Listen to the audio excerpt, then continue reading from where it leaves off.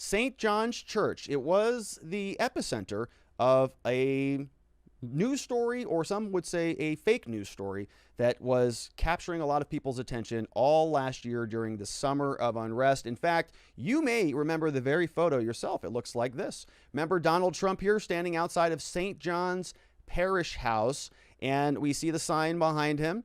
He had just walked across the street from the White House, and he's holding up a Bible. And if you recall the context of this photograph, there was a lot of unrest taking place all around the country. George Floyd had passed away, was now factually killed by Derek Chauvin, according to the jurors in that trial. And everybody around the country had something to say about a lot of what we were seeing. And I'm talking about the pandemic. I'm talking about the unrest. I'm talking about the racial debates that we've been having for some time. And there was a moment when there was some unrest taking place outside of the White House. Something happened. There was some protests that broke out. Apparently, tear gas was fired. And the media ran with the narrative that Donald Trump ordered law enforcement to remove the protesters from the scene so that he could go and walk across the street and take this photograph. Specifically for that, they said he removed them for a photo op. They talked about this a lot. In fact, we have a supercut. Let's take a quick look at this. This comes over from the DailyCaller. A look back at how the cable news went all in on the debunked narrative that the President Trump gassed peaceful protesters in a photo op. This is the supercut over from the DailyCaller. If the White House president and his team had to do it all over again, would you have gassed and pummeled protesters to clear the park so the president could have a photo op?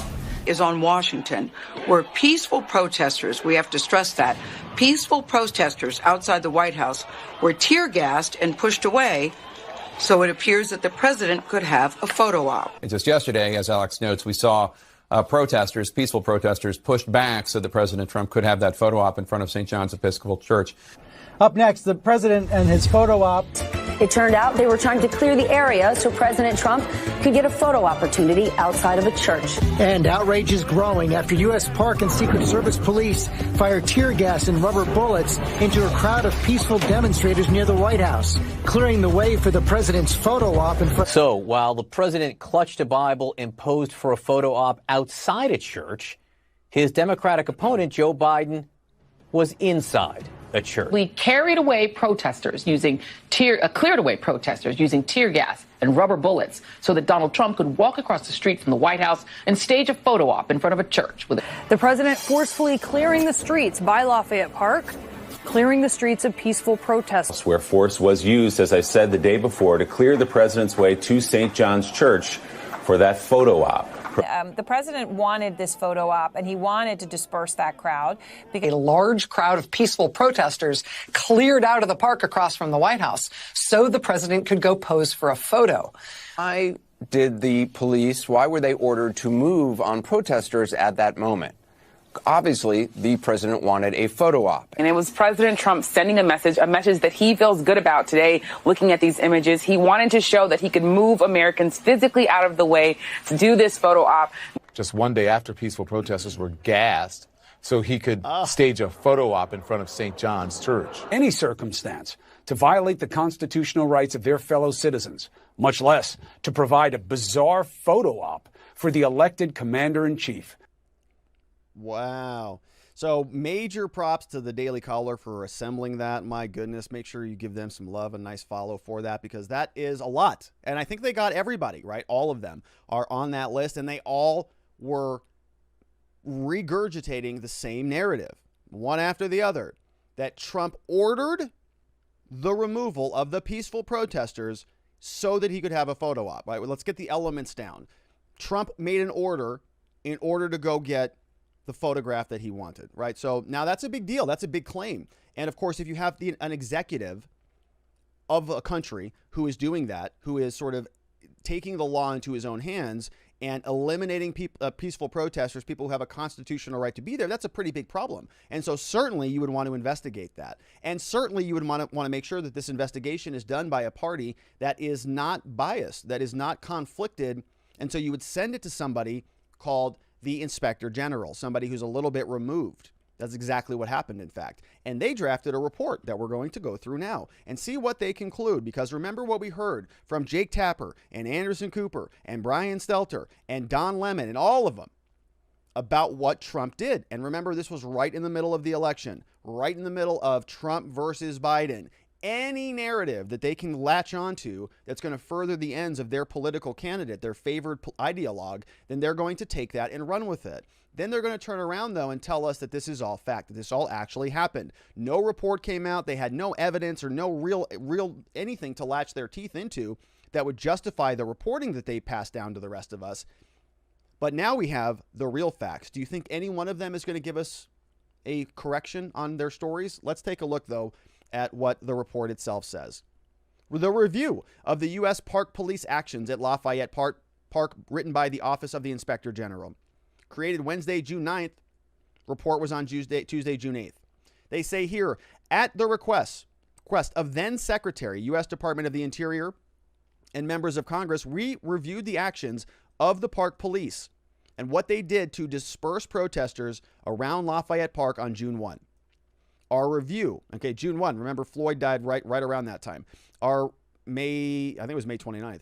Our review focused on events that occurred in and around the park from May 29th through June 3rd. Amid the ongoing Black Lives Matter protests, we sought to describe what occurred primarily from an operational perspective, including how and when the U.S. police, in coordination with partners, developed and executed its plan to clear the park and the USPP's reasons for dispersing the protesters in the area, okay? What was the plan to clear the area, and what was the reason for the plan? What was the reason? They said it was so Trump could go get a photo op. We also sought to determine whether the warnings that they provided to the protesters complied with guidance. We did not review, as part of this project, individual uses of force. Okay, so they say protests began around May 29th. From 30th to 31, at least 49 officers were injured. Okay, 49 officers were injured. I think that's sort of on par with the Capitol Hill police, wasn't it? 100 officers over there? So maybe the Capitol Hill were double that. I don't know. I don't recall, but a lot of officers. On the morning of June 1, Secret Service procured anti-scale fencing to establish a secure perimeter around Lafayette Park that was to be delivered and installed the same day. U.S. Park Police, in coordination with the Secret Service, determined that it was necessary to clear the protesters from the area in and around the park to allow them to install the fence. So they planned to implement the operation as soon as the fencing materials and sufficient law enforcement officers arrived at the park. 6 other law enforcement agencies assisted. Operation began at 6:23, completed by 6:50. Shortly thereafter, Trump walked from the White House through Lafayette Park to St. John's Church. At 7:30 p.m., the contractor began assembling and installing the anti-scale fence and completed the work by 12:30. We found that the U.S. Park Police, according to the Office of the Inspector General, had the authority and the discretion to clear the park on June 1. The evidence we obtained did not support a finding that they cleared the park to allow the president to survey the damage and walk to St. John's Church. Did not support a finding that the reason they did so was to allow the president to do what he did.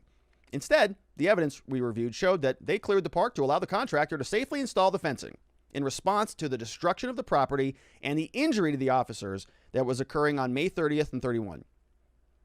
Further, the evidence showed that the police did not know about the president's potential movement until mid to late afternoon on June 1, hours it had begun developing its already operational plan, and the fencing contractor had arrived in the park. So they started to do the work before Trump even probably made the decision. Later in the afternoon, after the plan was already in place and things started to happen, Trump makes the call. They go out there. But the media came to their own conclusion, didn't they? They didn't read this report. Well, the report wasn't out yet, but they came to a conclusion anyways, because they had an agenda that they wanted to cram in our direction. They say they also found that although the police used a sound amplifying long-range acoustic device to issue 3 warnings, not everyone could hear it. We also found that the police and the Secret Service did not use a shared radio. Given the lack of a specific policy, we have a recommendation that the police develop a detailed policy for other protests moving forward. All right. This is the review of the actions here. So that was the the main summary of what's happening here. This is the actual full report. So I wanted to show you this. It's long. I think it's 41 pages. Not going to read the whole thing. Just want to show you what's happening here. So this is the full memo. Okay. So what I had just read for you briefly was, I think, the press release, just the summary of it. But I wanted to show you what actually goes into this. Okay. This is not a couple people flipping through some binders going, oh no. Yeah. Oh, bring me the invoice for the fences. Yeah, you're right. You did order it at 9 that morning. So I guess, right, it's a big deal. This took a long time, and it's a significant report. So this is written here from Mark Lee Greenblatt, who is the Inspector General, sent over to Deb Haaland, who is now the Secretary of Interior. And it's a review of what happened here. So our report offers 2 recommendations. DOJ's response, they're going to address it there. We have another report, semi-annual report that's going over to Congress. And let's see what's inside. What we reviewed, same thing we already talked about, a lot of unrest around Black Lives Matter. What we learned, summary of the findings. On June 1, we read a lot of that. We found that USPP had the authority to deal with this. We found that Trump didn't do anything improper here, and we give a recommendation. So we got most of that. But now let's take a look at some of like the appendixes here, right? So we've got a minute, or basically half hour, minute by minute breakdown. So we've got May 29th, we've got protests start, the timeline of events. May 30th then, protests continue throughout the day. Secret Service establish a unified command to coordinate with law enforcement as soon as the protests pick up around there. NPS closes Lafayette Park and bike rack fencing is installed on the north side. Secret Service begin discussions to procure an anti-scale fence to establish a more secure perimeter, right? So the project started back in May. Protesters throw objects at officers and breach bike rack fencing. At least 20 police or officers sustain injuries, right? But, I didn't hear anybody hemming and hawing about an insurrection or anything like that. We're talking about all these peaceful protesters and officers are being injured. But no peaceful protest, it's the double narrative with these stories that just, the double standard that just drives me off the wall. And they'll happily get on media and tell all of us that Donald Trump ordered this, throwing out peaceful protesters so that he could get a photo op. 20 officers were injured. They would have had that data previously, and they could have, had an inquiry with anybody who was doing the actual work about putting the anti-scale fencing up. But it was it's not about facts.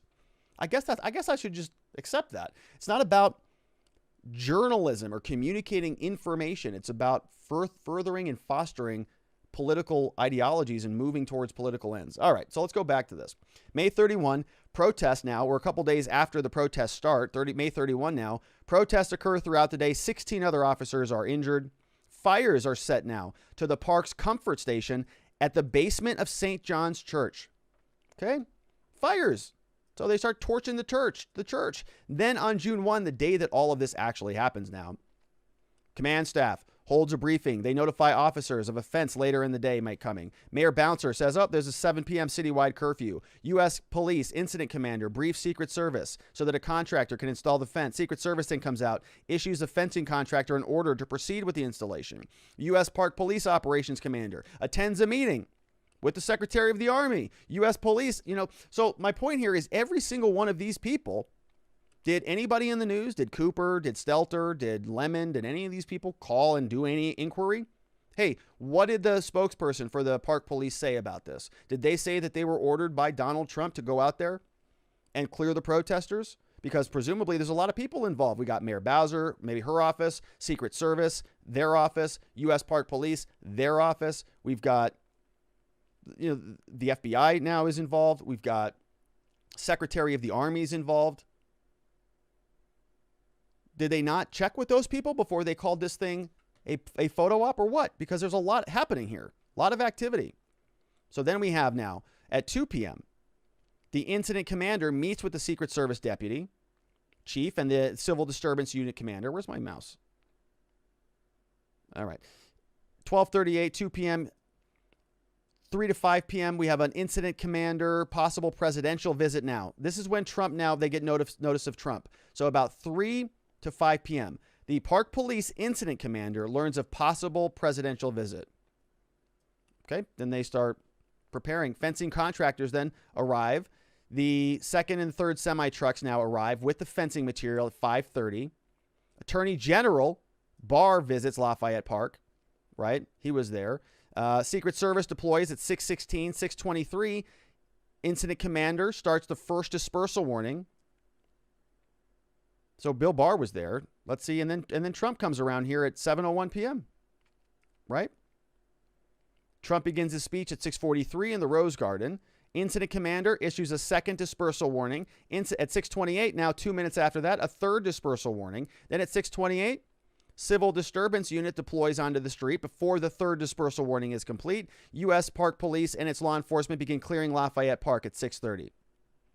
President Trump starts speaking at 6:43. Lafayette Park has been cleared at 6:50. 7:01, Trump departs. 7:09, gets to St. John's Church. 7:18, back at the White House. 7:30, contractors begin installing the anti-scale fence, right? So it was all, so in other words, the fencing and all of that stuff was already being done. Trump went out sort of layered with that, in conjunction, simultaneous to that. Did not ask for the clearing of the protesters for the photo op. All of the other agencies, Secret Service, U.S. Park Police, the Attorney General was there. Many people were involved in this, but that's not how the media framed it. What does Donald Trump have to say about it? Of course, he's out there. This is his statement. He says, now that I have been totally exonerated on the Mueller witch hunt with the charge of no collusion, I have wondered if a fake investigation is illegally started based on information provided and paid for by the DNC. Okay, we're not going to read the rest of that. This week, I have been totally exonerated by the Inspector General of clearing the park and totally exonerated by Congress from the White House lawyer Don McGahn during the impeachment process. It says the radical left is destroying the country. Okay, so let's take some questions now over from watchingthewatchers.locals.com. We got Todd Trout is in the house. What's up, Todd? Says it's easier to fool a person than to convince them that they've been fooled. Mark Twain. These are the times that we live in. Yeah, I know. It really does feel like that. It's easier to fool a person than to convince them that they've been fooled. But I mean, with the media, it's like, don't you see it? Can't you just see? I guess not. Leafy Bug is in the house, says, I can't believe that the media would lie to us. Can you believe that? I know. But they told us that they're journalists. They say I'm a journalist. I'm a TV reporter. Okay. Farmer's Daughter says, that means just like the false montage during the second impeachment kangaroo court, this is assembled intentionally. We can only pray that more and more lies trickle out. Well, yeah, I know. I agree with you on that. Sharon says, I wonder what will happen if anybody spreads lies about this, like about Uncle Joe's. Well, no, because the media are on their side. You know, they're on the same, they're rowing the same direction. So they love to support each other. We have Kenny 1B here says, some states banning CRT and others is not setting up an environment for an eventual breakup of the U.S., if not worse. Civil war in 10 to 20 years from now. Supreme Court needs to jump in and settle the issue now. Well, the Supreme Court's not... Oh, I see what you're saying. Going to talk about the CRT issue. They're going to, yeah. We're going to see that, I would imagine, soon. Because there's going to be a lot of issues that are bubbling up. We're seeing now, in the next segment, we're going to talk about CRT. So we'll save that for that. We've got Want to Know says, Robert Gruler, the media doesn't need lies about Biden and Kamala. Just need to tell the truth, like accurate reporting for a start. Yeah, that would be nice. Definitely. But they don't do that. You know, and I'm not real sure. I'm not real sure that you can really expect people to, you know, deliver facts unbiased, right? Because we're only human. Everything that we sort of, consume and process and then communicate is going to be filtered through our minds, right? So everything has a little bit of a spin to it. My issue with, and I understand that, and I understand that people make mistakes. And when I sort of scold the media, I say, hey, hey, Dingle, you also kind of are, on YouTube all the time, and you're making videos. And so, how would you feel if you applied your standard, the one that you're applying to the media, to yourself? And I would say, well, I think I would feel pretty okay about it, because I've never come out here and sort of implied or done so intentionally. If I have, I apologize, to sort of say that I am the arbiter of truth, or that I have a conclusion that you need to accept. I've hopefully never said that. I've offered my opinion and pointed out a lot of problems with things. But what I feel happens with the media is that they do give us conclusions. They do give us the partially digested excrement that they think is appropriate for us, and they don't want us to sort of, have a conversation or debate the ideas. They like to present these fake ideas, these fake debates for us, and this sort of feigned conflict. But both sides were sort of arguing over, we're kind of chasing our own tail on a lot of these issues. So when Anderson Cooper, Brian Stelter, anybody comes out and says that what they are telling you is journalism, or it's a TV reporter just communicating the facts to you, I think that is just disingenuous. And that's why I think there's this sort of double standard that exists. They come out, we've done the research, we know that Trump did this, we're going to scream it from the rooftops every day, right in the middle of an election, when our viewership is at all-time highs. We know exactly what we're doing. It's not at all about journalism or the truth. It's about moving a political ideology forward. And it worked. So why would they stop doing it? Cove Queen 043, what's up, Cove? Says, is there any recourse Trump has against the reckless misreporting these news outlets continue to do throughout his time in office? No, I really don't think so. The press is given a lot of leeway, a lot of protection here under our Constitution for good reason, right? I'm a free speech ultra mega advocate, and I think that is very important. I think that, unfortunately, the real recourse here is that, the people just sort of have to start unplugging from the news sources. Donald Trump could file a lawsuit. He's a public figure. He's the president, to prove that there's some sort of actual malice there across the board. I'm not sure that any court would grant him any sort of victory. In situations like this, the real recourse here is at the ballot box, right? It's about, voting with your vote. It's about voting with your dollars and who you support. And it's about voting, it's sort of creating communities that you want to be a part of. And that's about it, and I think this is happening, candidly. I know a lot of people are a little bit more pessimistic on this topic, but I really do think it's happening. You're seeing this mass exodus over from places like the New York Times to subscription models like Substack, right? Barry Weiss left, Glenn Greenwald left. There's some other people that I follow, and they're all having a lot of success. People are sick of the copy and paste journalism. They're sick of that montage where every single person just tells them the same 2-minute soundbite over and over and over again. They want a little bit of analysis. I think people are forgiving when you are wrong and you're sort of, exploring ideas in public and you make some mistakes or some missteps, but you're trying to be open and have an honest dialogue about these things. I think I think there's a real big market for that. And I encourage a lot of people in my life, hey, if you got an opinion, you should start a channel. Get out there and start talking about these things and, communicating who you are in an authentic way, because that is really what I think people are appreciating these days, less so than what you see from the major news media. And you can see that being reflected in their numbers. The numbers are falling across the board because if they don't have a folly, if they don't have Donald Trump to beat up on every day, their commentary is largely uninteresting, quite frankly, in my opinion. Now, Leafy Bug says, in the court of public opinion, the corporate media should be presumed to be lying and need to prove beyond a reasonable doubt that they are reporting truthfully if they are to be believed. Yeah, that would be a major transition from our current jurisprudence, no doubt about that. We've got Kareem165 says, this is why Russian citizens do not believe what is happening with Navalny, because it is coming from the U.S. media, whom have lost their credibility. Oh, so I didn't realize that. So Russian citizens don't believe what's happening with Navalny, huh? I wonder what that means. I'm curious as to what specifically you're referencing there. So Navalny is sort of the opposition leader to Putin, who's over there apparently meeting with Biden maybe next week. And Navalny is sort of this, anti-corruption, free speech, democratic person, and he's been, put through the ringer as far as I know about the story, been put through the ringer as basically a political opponent, and then incarcerated at the second worst prison ever in Russia.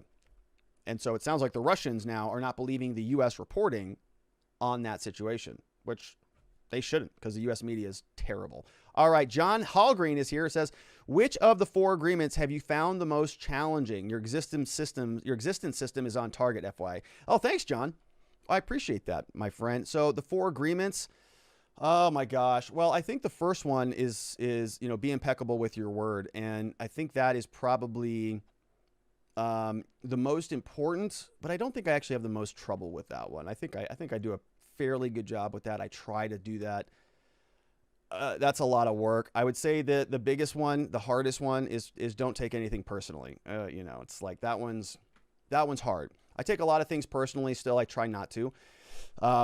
But I do, I want people to like me, and I want to do good in the world, and I want to, be a good person and all of these things. And sometimes I just, my feelings get hurt a little bit. Sometimes I take stuff personally, but I have to recognize that, it's like the 4 agreements say, 99.99999% of the time, it's not about me. It has nothing to do with me. It's about that person. Right. So if they're acting in a way that makes me feel affronted, it's not about me. It's about them, right? They're just sort of they're acting a certain way. And so what I have learned is if you are impeccable with your word and you're always trying to do the right thing and follow those 4 agreements, then suddenly you have a better shot at not taking things personally when they pop up. Doesn't mean I'm perfect at that, right? I take a lot of stuff personally, but I try to work it out, and I have a better shot at doing so when I am following the 4 agreements. Such a good book, my friends, such a good book. It's right in the Existence Systems, which is available at Gumroad, by the way. And it's also available if you don't want to buy the course.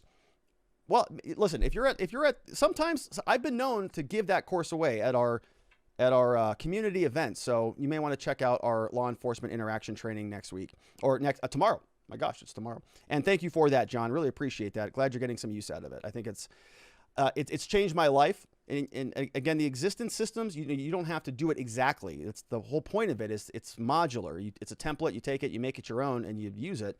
And for me, it's been a game changer. So appreciate that. If you want to check that out, that's over at watchingthewatchers.locals.com. So you can find that over there. All right.